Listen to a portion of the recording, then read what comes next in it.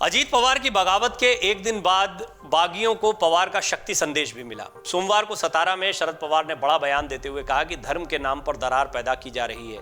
भतीजे से बगावत झेल रहे शरद पवार सतारा में अपने समर्थकों को समझाते नजर आए और उन्हें एकजुटता के धागे में पिरोए रखने की कोशिश करते दिखाई दिए।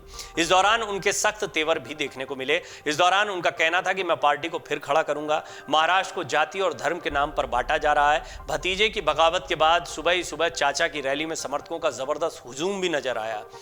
दरअसल बगावत के बाद शरद पवार कई सवालों के जवाब देने में व्यस्त चल रहे हैं। ऐसे में सोमवार को महाराष्ट्र के सतारा पहुंचे थे और वाई चौहान को श्रद्धांजलि देने के बाद स्मृति स्थल पर पार्टी समर्थकों को उन्होंने संबोधित किया।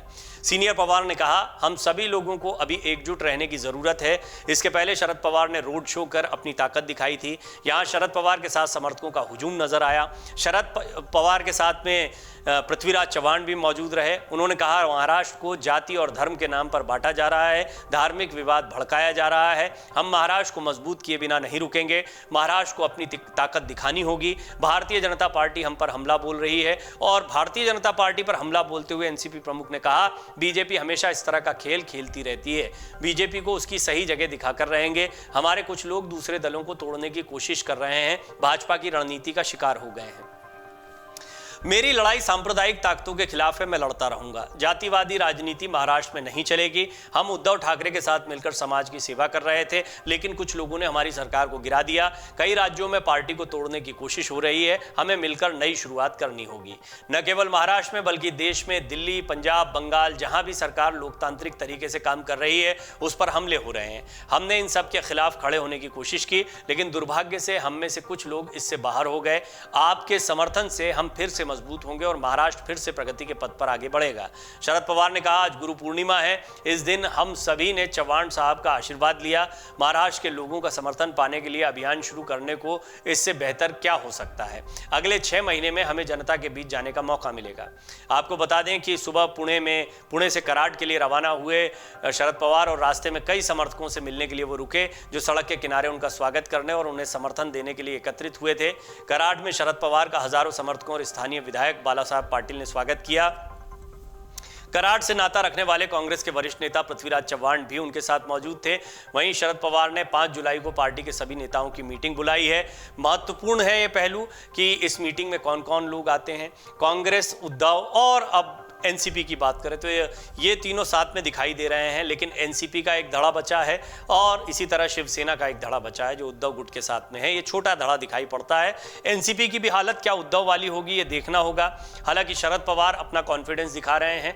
वो कह रहे हैं कि ये लगातार हमले जो हम पर हो रहे हैं ये सरकार को अस्थिर करने के लिए हो रहे हैं, हमें कमजोर करने के लिए हो रहे हैं, लेकिन हम ज्यादा ताकत से 2 गुना ताकत के साथ में आएंगे। वो उन्होंने जनता से भी अपील की है। देखिए, एक बड़ा मौका है।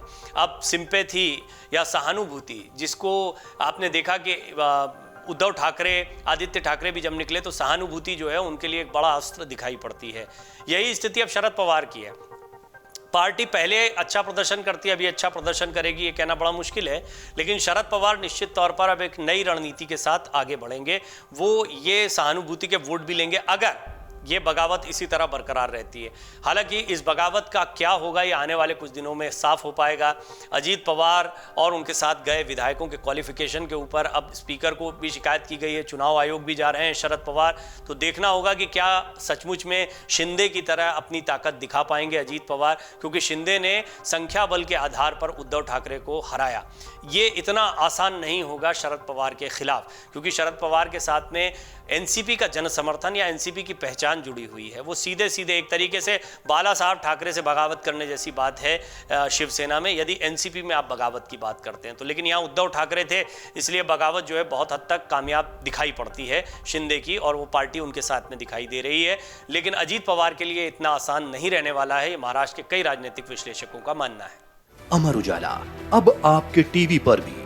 अपने स्मार्ट टीवी पर यूट्यूब पर सर्च करें अमर उजाला, चैनल सब्सक्राइब करें और देखें ताजा खबरें, वो भी HD क्वालिटी में। और हाँ, बेल आइकन दबाना ना भूलें ताकि हर खबर हो आपके घर।